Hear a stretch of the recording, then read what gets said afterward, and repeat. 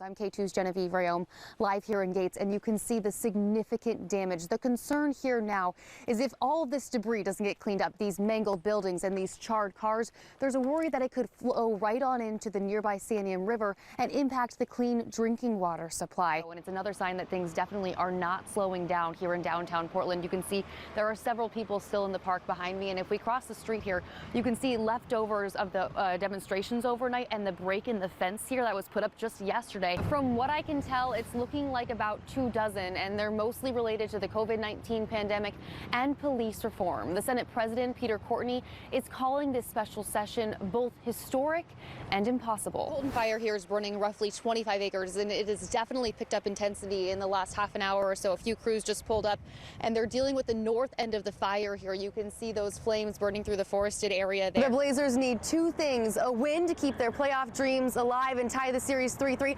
and Rip City, where the best fans, right? Very nervous.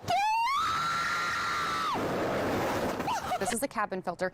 This is a brand new one. And then under the hood, you've also got an engine filter. That's right here. And if you drive down this street, this is what you'll see. Property after property destroyed. This is on the north side of the North Santiam River. I believe, from what I can tell off of maps, that this was at one point a barn. I want to bring Anthony Gray in right now. He's the one who just moved here. Anthony, you said you were one of the first people to see these flames. What happened when you turned the corner from your apartment? This is Dan Dishman's shed. Now, he's the man that we talked with earlier at the Red Cross shelter. He just came back here and told our photographer, Sean, that this is his shed and his home is all the way on the other side of the trailer park. So that should give you an idea as to how powerful these floodwaters were. We just witnessed a very emotional moment.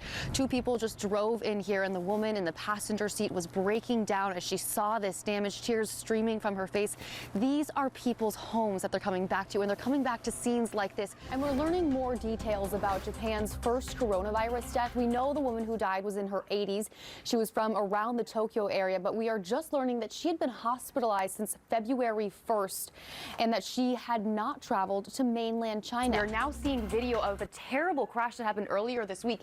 You can see these two suspects in a Ford F-150 running into this tow truck driver, the tow truck driver trying to stop them. We have more breaking coronavirus news here into the live desk. Remember this cruise ship that was stranded at sea, country after country refusing to let it dock there over coronavirus concerns? Well, we just learned that it is going to be allowed to dock in Cambodia tomorrow morning. Now,